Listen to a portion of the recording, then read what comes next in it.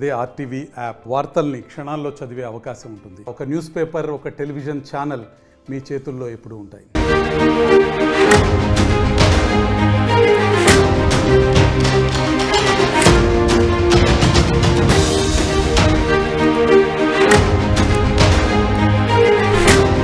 Breaking news చూస్తున్నారు. పాకిస్తాన్ కు మరింత దెబ్బ కొట్టేందుకు మోదీ ప్రభుత్వం మాస్టర్ ప్లాన్ గీసింది. ఏకంగా ఓవైసీనే రంగంలోకి దించింది. ఈసారి ఓవైసీతోనే పాక్ ను దెబ్బ కొట్టబోతోంది మోదీ ప్రభుత్వం.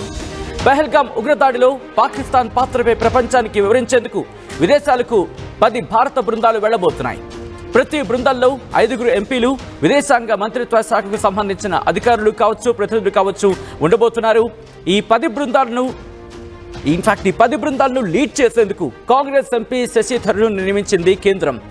దీంతో పాటు ఓ బృందానికి నాయకత్వం వహించబోతున్నారు అసదుద్దీన్ ఓవైసీ అంటే అర్థం చేసుకోవచ్చు. మొదటిసారి భారత మాతకు జై కొట్టారు ఓవైసీ. దాంతో పాటు ఆపరేషన్ సింధూర్ కు సంబంధించి పూర్తి స్థాయిలో మద్దతు తెలిపారు.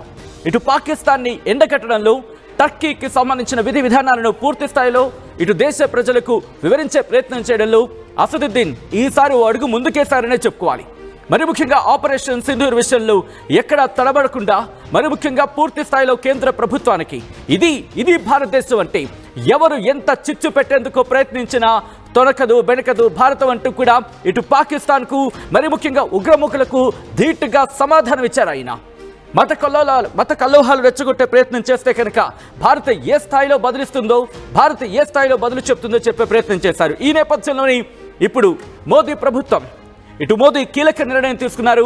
మోదీ మాస్టర్ ప్లాన్ ఎలా ఉండబోతుందనే అంశానికి సంబంధించి తీవ్రమైన చర్చ జరుగుతోంది. ఎందుకంటే శశి థరూర్ని నియమించినప్పుడు కాంగ్రెస్ పార్టీలోని కాస్త చర్చ జరిగింది అనే అంశానికి సంబంధించి మనం చూసాం. ఎందుకంటే ఒక ఇంటర్నేషనల్ ప్లాట్ఫామ్ మీద కావచ్చు, లేకపోతే వివిధ ప్లాట్ఫామ్స్ మీద ఇటు భారతదేశ ప్రభుత్వ గళాన్ని ఇది నా ఒపీనియన్ అని చెప్పి ఖణీగా చెప్పుకొచ్చారు ఆయన. ఇది నా ఒపీనియన్ అంటూ కూడా శశి థరూర్ చెప్పుకొచ్చారు. ఇటు భారత విదేశాంగ వ్యవహారాలకు సంబంధించి ఆయన గతంలో భారత విదేశాంగ మంత్రిగా పనిచేశారు. ఇటువంటి విషయాల్లో భారత ప్రభుత్వం తన బాణి ఎలా వినిపిస్తుందో చెప్పుకొచ్చే ప్రయత్నం చేశారు. పాకిస్తాన్ పూర్తిగా ఎండకట్టడంలో వీళ్ళిద్దరూ కీలక పాత్ర పోషించారు. ఇప్పుడు ఓవైసీకి సంబంధించి ఓ బృందానికి నాయకత్వం వహించేలా చేయడం వెనకాల మోదీ వ్యూహం ఏమై ఉంటుంది, దాంతోపాటు వ్యూహం ఎలా పనికొచ్చే అవకాశం ఉంది, అట్ ద సేమ్ టైం ఎటువంటి మార్పులు జరిగే అవకాశం కనిపిస్తోంది తెలుసుకునే ప్రయత్నం చేద్దాం. గుర్తు పెట్టుకో పాకిస్తాన్, నువ్వు విడదీద్దాం అనుకున్నావు, నువ్వు విడగొట్టే ప్రయత్నం చేశావు. నువ్వు అనుకున్న నీ ప్రయత్నమే ఈరోజు భారత్ను ఇంకా బలం చేసింది, మాలో ఐకమత్యాన్ని మరింత ప్రజ్వలింపజేసేలా చేసింది. మా ప్రతినిధి మధు అప్డేట్స్ అందించేందుకు సిద్ధంగా ఉన్నారు. మధు, ఇప్పుడు ఓవైసీని రంగంలోకి దించడం వెనకాల మోదీ వ్యూహం ఏమై ఉంటుంది? ఓవైసీ కాదు, శశి థరూర్ కేరళకి సంబంధించినటువంటి వ్యక్తి, కీలకంగా ఉన్నటువంటి వ్యక్తి, ఏఐసీసీలో కాంగ్రెస్ పార్టీకి సంబంధించినటువంటి. సో విపక్షాలకు సంబంధించినటువంటి అందరికీ పెద్దపీట వేసినట్టుగా చాలా స్పష్టంగా కనిపిస్తూ ఉంది. అందులో ముఖ్యంగా ఓవైసీ మొన్న జరిగినటువంటి ఆపరేషన్లో కూడా ఖురేషీ నేతృత్వం వహించారు. ఇప్పుడు ఓవైసీ ద్వారా పెద్ద ఎత్తున విదేశాలకు వెళ్ళాలి, భారతదేశం గురించి ఎక్స్ప్లెయిన్ చేయాలి. ముఖ్యంగా ఉగ్రవాదానికి వ్యతిరేకంగా భారత్ ఏ రకంగా పోరాటం చేస్తుంది, ఏ రకంగా నష్టపోతుంది, దాంతోపాటు పాకిస్తాన్ని దోషిగా నిలబెట్టేటువంటి ప్రయత్నం. గతంలో జరిగినటువంటి దాడులు, భారతదేశంలో అనేక సార్లు కాల్పులు, పాకిస్తాన్కి సంబంధించినటువంటి ప్రాంతంలో ఉగ్రవాదుల దాడులు, తర్వాత సైన్యం పైన అనేక సార్లు ఉగ్రవాదుల కాల్పులు, దాడుల నేపథ్యం, దానితో పాటు అనేక రాష్ట్రాల్లో బాంబ్ బ్లాస్టులు, దానికి నేతృత్వం వహించినటువంటి తీవ్రవాదులు, వారికి ఆశ్రయం ఇచ్చినటువంటి పాకిస్తాన్, ఇవన్నీ ఆధారాలతో సహా ప్రస్తుతం ఈ పహల్గామ్ ఉగ్రదాడికి సంబంధించి భారత్ చేపట్టినటువంటి ఆపరేషన్ సింధూర్ని వివరించేటువంటి దానికి 10 బృందాలను పంపుతా ఉన్నారు.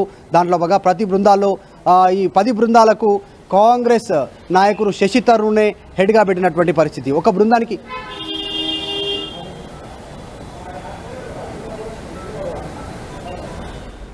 మధు కంటిన్యూ. ఓకే రైట్, మళ్ళీ మధు దగ్గరికి వెళ్ళే ప్రయత్నం పంపిస్తాను. ఒక బృందానికి అసదుద్దీన్ మధు లైవ్ లోకి వచ్చారు. Madhu please continue. అసదుద్దీన్ ఓవైసీ కూడా ఒక బృందానికి నేతృత్వం వహిస్తారు. వీళ్ళంతా కూడా భారత్ తరపున ప్రపంచ దేశాల్లో వీళ్ళంతా కూడా పాక్ను ఎండగట్టేలా, పాక్ను కార్నర్ చేసేలా, పాక్ ఉగ్రవాదానికి ఏ రకంగా చేయూతనిస్తుంది, ఏ రకంగా వారికి సహాయ సహకారాలు అందిస్తూ ఉంది. పాక్ గడ్డపైన ఉగ్రవాద శిబిరాలు, వారికి ఆయుధాల సప్లై, తర్వాత ఆర్థిక దన్ను, రక్షణ పరంగా అటు ప్రభుత్వంలో ఉన్నటువంటి పెద్దలు, పాకిస్తాన్లో ఉన్నటువంటి వాళ్ళు, పాకిస్తాన్ ఆర్మీ ఏ రకంగా పాకిస్తాన్లో ఉన్నటువంటి ఉగ్రవాద శిబిరాలకు నేతృత్వం వహిస్తుంది అనేటువంటిది చాలా స్పష్టంగా వీళ్ళు ప్రపంచ దేశాలకు వివరించనున్నారు. దీని ద్వారా మొత్తం 10 బృందాలు వెళ్ళనున్నాయి దీనికి సంబంధించి. సో ఆపరేషన్ సింధూర్ నిజంగానే ఒక ప్రధాని మోదీ చెప్పినట్టుగానే ఇది ఒక ఎమోషన్ తోటో ఆగ్రహంతోటో తీసుకున్నది కాదు. భారత ఆడబిడ్డల సింధూరాన్ని తుడిచివేసినటువంటి దానికి ప్రతీకారంగా తీసుకున్నటువంటి చర్య. అసలు మొన్న జరిగిన పహల్గామ్ ఉగ్రదాడి ఎవరైతే 26 మంది అమాయకులు చనిపోయారో, హిందువులు మతాన్ని చూసి కాల్చి చంపారో, దానికి సంబంధించి ప్రధాని కూడా ఒక కీలక స్టేట్మెంట్ చేశారు గతంలోనే. ఇది భారత్ ఆత్మ పైన జరిగినటువంటి దాడి అంటూ ఆయన పేర్కొన్నారు. బీహార్ గడ్డపై నుంచి కూడా చాలా ఎమోషనల్గా, చాలా ఆగ్రహంగా కీలకమైనటువంటి స్టేట్మెంట్ ఇచ్చారు. ప్రపంచానికి మెసేజ్ చెప్తూ అక్కడ నుంచి ఉగ్రవాదం ఎక్కడ ఏ మూలనున్నా వెతికి మరీ కొడతాం, ఈసారి మేము కొట్టబోయే దెబ్బ పాకిస్తాన్ ఉగ్రవాదులు కూడా ఊహించలేరు, అలా ఉంటుంది మా దెబ్బ అంటూ స్టేట్మెంట్ చేశారు. నిరంతర పోరాటం ఉందన్నారు. ఆపరేషన్ సింధూర్ కంటిన్యూ అవుతుంది. సో ఈ బృందాలు 10 బృందాలు వెళ్ళనున్నాయి. సాధారణంగా అసదుద్దీన్ ఓవైసీ, తర్వాత శశి థరూర్, వీళ్ళ పేర్లు వినగానే కట్టర్ కాంగ్రెస్ నాయకుడుగా శశి థరూర్, తర్వాత బీజేపీకి వ్యతిరేకంగా పోరాటం చేస్తున్నటువంటి అసదుద్దీన్ ఓవైసీ పేర్లు వినిపిస్తాయి. కానీ అసదుద్దీన్ ఓవైసీ మొన్న స్టేట్మెంట్ చేశారు. మొన్న కీలకమైనటువంటి ఒక భారత్ మాతాకి జై అంటూనే జై హిందుస్థాన్ అంటూ మాట్లాడుతూ ఒక స్టేట్మెంట్ చేశారు. పాకిస్తాన్ ఇస్లాంని తప్పుగా ప్రొపగాండా కింద తనకు అనుకూలంగా వ్యవహరించుకుంటుంది, ఉగ్రవాదాన్ని పెంచి పోషిస్తుంది, అసలు ఇస్లాంలో టెర్రరిజానికి తావు లేదు, ఒకరిని చంపడానికి లేదు, ఒక మాట అనడానికి కూడా లేదు, అలాంటి శాంతి మతంని తప్పుడు మార్గంలో తీసుకెళ్తా ఉంది పాకిస్తాన్ అనేటువంటిది దాన్ని ఎక్స్ప్లెయిన్ చేశారు. ఒక సమావేశంలో మొత్తం ముస్లింలంతా హాజరయ్యారు. వారందరి ద్వారా కూడా హిందుస్థాన్ జిందాబాద్, పాకిస్తాన్ ముర్దాబాద్ అనేటువంటి స్టేట్మెంట్లు చేశారు అసదుద్దీన్ ఓవైసీ. దాంతోపాటు ఇంకొక కీలకమైనటువంటి స్టేట్మెంట్ అసదుద్దీన్ స్టేట్మెంట్ చేసిన తర్వాత పాకిస్తాన్లో ఉన్నటువంటి కీలక నాయకులు, మంత్రుల స్థానంలో ఎంపీలుగా ఉన్నటువంటి వాళ్ళు, పాకిస్తాన్ ఎంపీలు, మంత్రులు అసదుద్దీన్ ఓవైసీ కౌంటర్గా కూడా స్టేట్మెంట్ చేశారు. అసదుద్దీన్ ఓవైసీ ఒక ముస్లిం నాయకుడిగా ఉండి పాకిస్తాన్ ముర్దాబాద్ అని స్టేట్మెంట్ చేస్తున్నారంటూ పెద్ద ఎత్తున చర్చ చేశారు పాకిస్తాన్లో. సో మొత్తానికి అసదుద్దీన్ ఓవైసీ ఒక లైన్ తీసుకున్నారు. మొదట ఈ గడ్డ, దీని తర్వాతనే మిగతా రాజకీయాలు అనేటువంటిది. సో దేశం కోసం మొన్న కూడా కాదు, పాకిస్తాన్ విషయంలో దండగా వచ్చిన టర్కీని కూడా ఇటు నేషనల్ మీడియా వేదికగా ఇలా ఉతికి నానబెట్టి ఆరేసి ఎడగట్టలేకంగా. సో అటువంటి ఓవైసీని ఇప్పుడు ఎక్కడ అంటే ఏ అంశాలకు సంబంధించి అనే మాట కన్నా ఇప్పుడు అసదుద్దీన్ ఓవైసీని ముందు వరుసలో నిల్చోబెట్టడం కావచ్చు, లేకపోతే అసదుద్దీన్ అనే ఒక బాణాన్ని సంధించడం కావచ్చు, భారత్కు ఏ విధంగా ఉపయోగపడే అవకాశం ఉంది. At the same time Owaisi కూడా చాలా ఘాటైన పదాలే వాడటం జరిగింది, ఇటు టర్కీ విషయంలో కావచ్చు, పాకిస్తాన్ విషయంలో కావచ్చు, ఇటు ప్రపంచానికి. ఎందుకంటే గలం వినిపించడంలో అనేసి లాజికల్గా మాట్లాడుతూ ఉంటారు, లీగల్గా మాట్లాడుతూ ఉంటారు, టు ద పాయింట్ మాట్లాడుతూ ఉంటారు. ఇప్పుడు ప్రపంచానికి ఒక చెక్మేట్ పెట్టినట్టయినా భారత విషయంలో పాకిస్తాన్ చేసిన ప్రాపగెండాకి.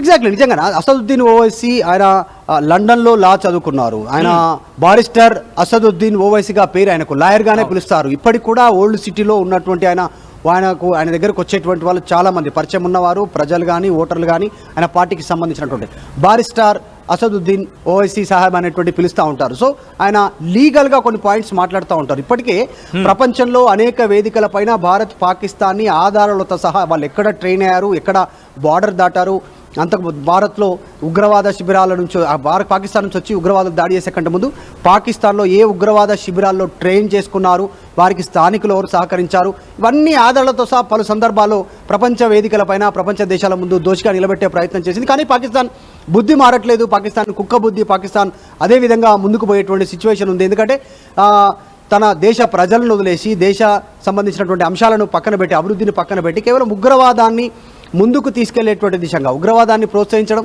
వాళ్ళ ఉగ్రవాద శిబిరాలను పెద్ద ఎత్తున క్యాంపులు నిర్వహించడం, వారికి సహకరించడం, పాకిస్తాన్కి సంబంధించినటువంటి ఆర్మీ అధికారులే ఉగ్రవాదులకు సహకరించడం, పాకిస్తాన్లో ఉన్నటువంటి ఉగ్రవాదులే ఒక్కొక్కసారి ప్రభుత్వాలను శాసించడం, ఇలాంటి పరిస్థితి మనం చూసాం. అనేక సార్లు పాకిస్తాన్లో సైనిక పాలన కొనసాగింది. జనరల్ ముషరఫ్ కానీ తర్వాత అంతకుముందుకు 71లో కూడా ఒకసారి జరిగినటువంటి పరిస్థితి. సో పాకిస్తాన్లో ఎప్పుడు అనిశ్చితి ఉంటుంది. రాజకీయ పార్టీ నాయకుల వాళ్ళకి సంబంధించినటువంటి అధికారంలో ఉన్న అధికారం లేకుండా వాళ్ళు ఎవరి మాట వినరు, వాళ్ళ మాట వినరు. ఉగ్రవాద శిబిరాల్లో ఉన్నటువంటి వాళ్ళు ప్రభుత్వాన్ని శాసించే పరిస్థితి. మసూద్ అజర్కి సంబంధించినటువంటి ఈ 9 భారత్ చేసినటువంటి టార్గెట్లో ఒక టార్గెట్ అది ఉగ్రవాద శిబిరాల్లో మదర్సా కావచ్చు, అక్కడ వాళ్ళ నివాసం అక్రమంగా శిబిరాలు కావచ్చు, దాన్ని టార్గెట్ చేసిన దానిలో 100 మంది ఉగ్రవాదులు చనిపోయారు అంటేనే మనం ఆలోచించాలి ఏ రకమైనటువంటి ఫ్రీడమ్ ఉంది ఉగ్రవాదులకు అక్కడ అనేటువంటిది. బొంబాయి పేలుళ్లకు సూత్రధారైనటువంటి దావూద్ ఇబ్రహీం డి గ్యాంగ్ దావూద్ ఇబ్రహీం ఎన్నో సంవత్సరాల నుంచి పాకిస్తాన్లో ఆయన ఆశ్రయం పొందుతూ ఉన్నాడు.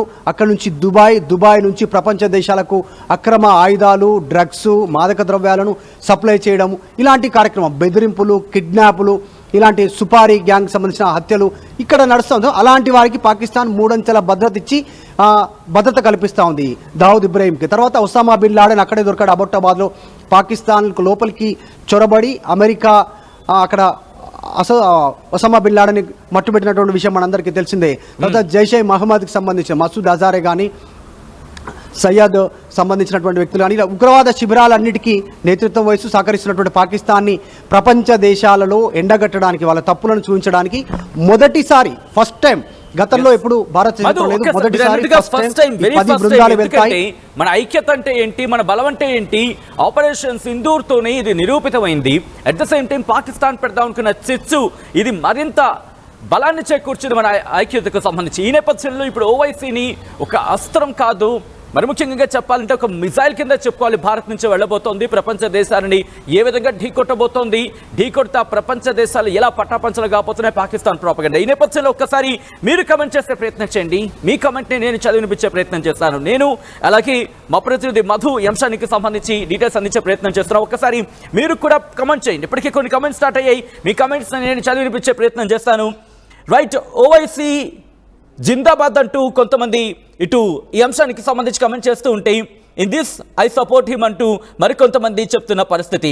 ఒక్కసారిగా ఎందుకంటే ఇటు ఓవైసీ కనుక రంగంలోకి దిగితే ఆయన మాట్లాడుతూ ఉంటేనే బాణాలు దిగినట్టు ఉంటాయి, వాగ్బాణాలు సంధించినట్టుగా ఉంటుంది. అందులో బారిస్టర్ ఆయన, అందులో భరతమాత బిడ్డ ఆయన, నిర్మోహమాటం. ఎందుకంటే ఇక్కడ ఎవరైతే చిచ్చు పెడదాం అనుకున్నారో పాకిస్తానీ పోకిరిగాళ్ళు, పాకిస్తాన్ పనికిమాలిన వెధవులు, పాకిస్తాన్కి ఇంకా సపోర్ట్గా నిల్చున్న ఇక్కడున్న ఆ పనికిమాలిన వెధవులు, వీళ్ళందరూ కూడా ఓవైసీని చూసి ఒక్కసారి నేర్చుకోండి.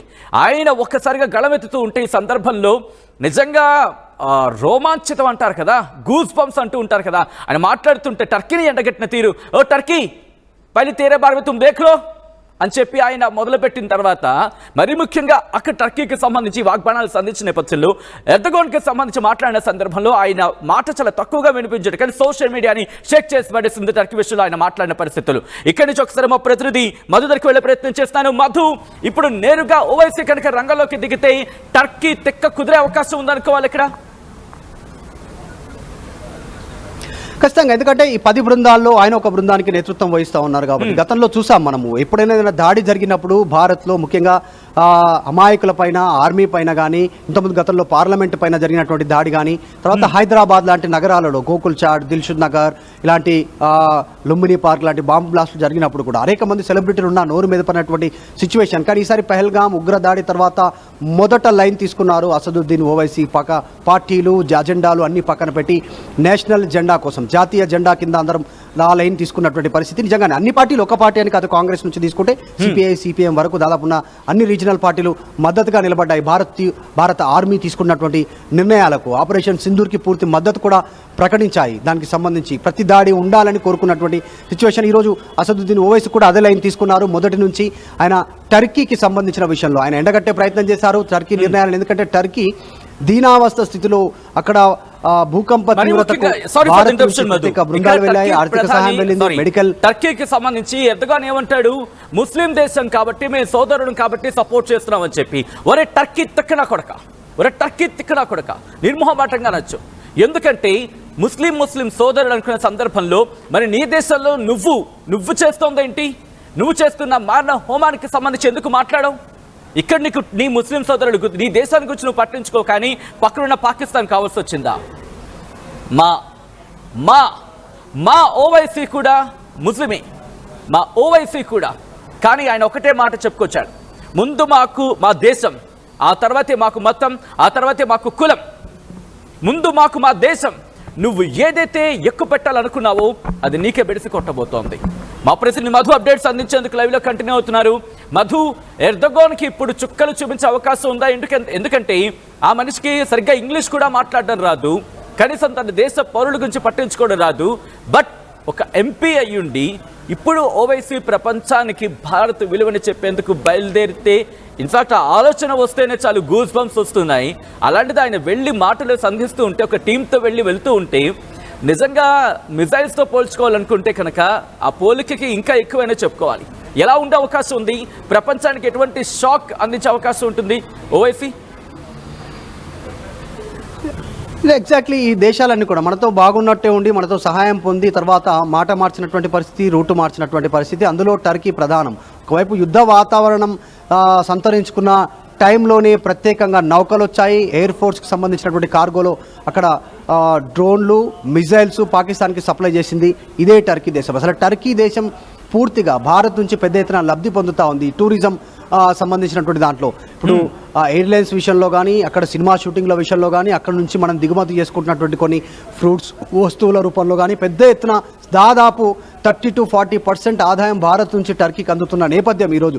అవి కూడా మర్చిపోయి, మానవత్వాన్ని మర్చిపోయి ఉగ్రవాదాన్ని పెంచి పోషిస్తున్న పాకిస్తాన్కి ఆయుధాలు సప్లై చేయడంతో టర్కీ సంబంధించినటువంటి అంశం తేలిపోయింది. సో టర్కీని టార్గెట్ చేస్తూ ఉన్నారు అందరూ కూడా. అందులో భాగంగా ఓవైసీ ముఖ్యంగా ఉర్దూ, హిందీ, ఇంగ్లీష్లో అనర్గళంగా మాట్లాడగలుగుతారు. ప్రపంచంలో ఆయన ఈ మెసేజ్ని కన్వే చేయగలుగుతారు. వారితో మాట్లాడగలిగేటువంటి శక్తి ఉంది. ముఖ్యంగా ఆయన ఏ దేశాలకు ప్రాతినిధ్యం వహిస్తారు, ఎక్కడ పోయి ఎక్స్ప్లెయిన్ చేస్తారు చూడాలి. ఎందుకంటే బారిస్టర్గా ఉన్నటువంటి ఆయన పిన్ పాయింట్ ద్వారా కొన్ని పిన్ పాయింట్స్ కూడా ఆయన పాయింట్అవుట్ చేసి చెప్పగలిగేటువంటి సిచ్యువేషన్ గతంలో నుంచి చెప్తాం, ఇప్పటి నుంచి కాదు. 71 నుంచి భారత్ దాడులు పాకిస్తాన్ నుంచి ఎదుర్కొంటోంది. అనేక రకాలుగా దొంగ దెబ్బ కొట్టే ప్రయత్నం చేస్తూ ఉంది పాకిస్తాన్. కాబట్టి వీటన్నిటినీ ఆధారాలతో సహా చెప్తా ఉంది. తర్వాత పీఓకేకి సంబంధించిన విషయం కావచ్చు, ఉగ్రవాదుల విషయం కావచ్చు, తర్వాత సింధు నదీ జలాల ఒప్పందం విషయంలో కావచ్చు, వీటన్నిటి విషయంలో భారత్ ఎంత కఠినంగా ఉంది, ఎందుకు ఇంత కఠినంగా ఉండాల్సినటువంటి పరిస్థితి ఉంది అనేటువంటిది ఎక్స్ప్లెయిన్ చేస్తారు. అఫ్కోర్స్ ఈరోజు భారతే కాదు, ఉగ్రవాదంతో ఇబ్బంది పడుతున్నటువంటి దేశం. ప్రపంచంలో అనేక దేశాలు ఈ ఉగ్రవాద భూతానికి బలైపోతున్నాయి, అమాయకులు చనిపోతూ ఉన్నారు. తో ప్రభుత్వాలు, అక్కడ ఉన్నటువంటి దేశాలు ఇబ్బంది పడతా ఉన్నటువంటి పరిస్థితి ఉగ్రవాదం ద్వారాతో. దానికి ఫుల్ స్టాప్ పెట్టాల్సినటువంటి అవసరం ఉంది అనేటువంటిది చాలా స్పష్టంగా ఉంది. మొదటిసారి భారత్ నుంచి 10 ప్రత్యేక బృందాలు విదేశాలకు వెళ్తాయి. వీళ్ళు ఎక్స్ప్లెయిన్ చేస్తారు పాకిస్తాన్ చేస్తున్నటువంటి అరాచకాలు, వాళ్ళు చేస్తున్నటువంటి ఉగ్రవాద శిబిరాలకు సహకరిస్తున్నటువంటి అన్ని వివరాలను వివరించి భారత్కు సంబంధించినటువంటి అంశాన్ని ప్రపంచ దేశాలకు వివరించే ప్రయత్నం చేయబోతా ఉంది భారత ప్రభుత్వం మొదటిసారి. దానికే శశి థరూర్, తర్వాత అసదుద్దీన్ ఓవైసీ వీళ్ళంతా కూడా హాజరు కానుండడం, ఈ 10 బృందాలకు శశి థరూర్ హాజరు కావడం అనేటువంటిది నిజంగా కూడా ఈ పెద్ద ఎత్తున చర్చ కొనసాగుతూ ఉంది. సో ప్రతిపక్షాలు ఈ పక్షం ఆ పక్షం అని లేకుండా దేశం కోసం అందరూ ఒకే పక్షంగా మారి ముందుకు వెళ్తా ఉన్నారు. ఉగ్రవాదానికి వ్యతిరేకంగా ఒక మెసేజ్ ఇచ్చే దాంట్లో భాగంగా కేంద్ర ప్రభుత్వం నిర్ణయం తీసుకున్నట్టుగా చాలా స్పష్టంగా కనిపిస్తూ ఉంది. రైట్ మాది ఒక్కసారి మీరు లైన్లో ఉండే ప్రయత్నం చేయండి. ఇప్పుడు పాకిస్తాన్కు ముహ్ తోడ్ జవాబ్ దెంగే ఈ పదం నేను పదే వాడతా. ఎందుకంటే కనుక ఎంతలా దారుణంగా ప్లాన్ చేసింది. మరి ముఖ్యంగా పహల్గాన్ ఘటనకు సంబంధించి ఇటు మన ఆడపడుచుల సింధూరాన్ని చెరిపేసే ప్రయత్నం చేసింది. చెరిపేసే ప్రయత్నం కాదు, అటువంటి దురాఘాతానికి పాల్పడింది. 26 మంది ప్రాణాలు తీసుకున్న తర్వాత భారత్ ప్రతి అడుగు ఇప్పుడు ప్రపంచ వేదిక మీద పాకిస్తాన్ను ఎండగట్టడమే, పాకిస్తాన్ నిజ స్వరూపాన్ని నగ్నంగా చూపించడమే, పాకిస్తాన్ అసలు రూపాన్ని ఇటు ప్రపంచం కళ్ళకు చూపించడమే. ఈ నేపథ్యంలోని భారత్ అదే ప్రయత్నాల్లో ఉంది. ఆపరేషన్ సింధూర్తో ఎటువంటి సమాధానం చెప్పిందో చూసాం. ఈ తర్వాత ఇప్పుడు పాకిస్తాన్ తన నేరేటివ్, తన ప్రోపగెండాను ప్రపంచ వేదిక మీద చెప్పే ప్రయత్నం చేస్తోంది. మరి దాన్ని ధీటుగా చెప్పదా? గుర్తుపెట్టుకో, పాకిస్తాన్ 25 కోట్ల మంది ఉన్న నువ్వే నీ ప్రోపగెండా, నీ నేరేటివ్ని ప్రపంచం నెత్తి మీద రుద్దుతామనుకుంటే దేఖ్లో और सुन लो 150 కరోడ్ 150 కోట్ల మంది ఉన్న మేము అది కూడా డైవర్సిటీ, వైవిధ్యభరితం భారతావని అంటే ఒక్కసారిగా కలగలిపి కట్టగట్టి నీ మీదకు ప్రయోగిస్తే ఎలా ఉంటుందో చూద్దుగాని. ఇప్పుడు ప్రపంచం అనుకుంటోంది, టర్కీ అనుకుంటోంది, అజర్బైజాన్ అనుకుంటోంది ఈరోజు అడుక్కు తినే స్థితికి చేరుకోబోతున్నా నిర్మోహమాటంగా. ఎందుకంటే ఆదుకునే సందర్భంలో ఆదమర్చిన వ్యక్తికి అదును చూసి దెబ్బకొట్టే వ్యక్తిత్వం కాదు భారత్. కానీ అదే సందర్భం వస్తే ఆపరేషన్ ఎలా ఉంటుందో చూద్దు కానీ. ఇప్పుడు అనదర్ ఆపరేషన్ స్టార్ట్ అయిందా, అది కూడా చాలా స్మూత్గా. మరి ముఖ్యంగా గుర్తుపెట్టుకోండి, ఈ బృందాలకి శశి థరూర్ని నాయకత్వం వహించేలా చేయడం. శశి థరూర్ ఈ ఆపరేషన్ మరి ముఖ్యంగా పహల్గామ్ ఘటన తర్వాత ఆయన గళం వినిపించిన తీరు ఇప్పుడు మాట్లాడుకుంటున్నారు. ఓవైసీ పహల్గామ్ ఘటన మీద ఆయన గళం వినిపించిన తీరు ఇప్పుడు ప్రపంచం మాట్లాడుకుంటోంది. ఇప్పుడు ఇదే ప్రపంచానికి ఇప్పుడు వీళ్ళిద్దరూ వెళ్ళబోతున్నారు.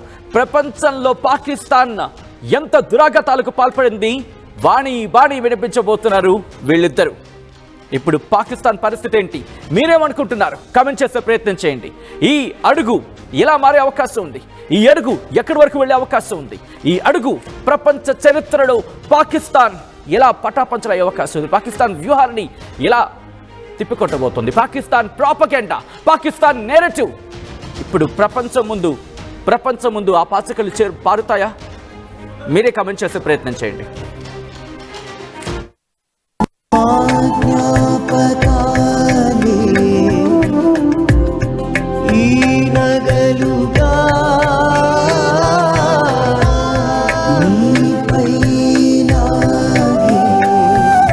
అమ్మాయి గౌరవాన్ని అమ్మలా కాపాడుతుంది Gokulam signature jewels. India Pakistan ఉద్రిక్తతలపై లేటెస్ట్ అప్డేట్స్ కోసం డౌన్లోడ్ చేసుకోండి RTV లైవ్ యాప్.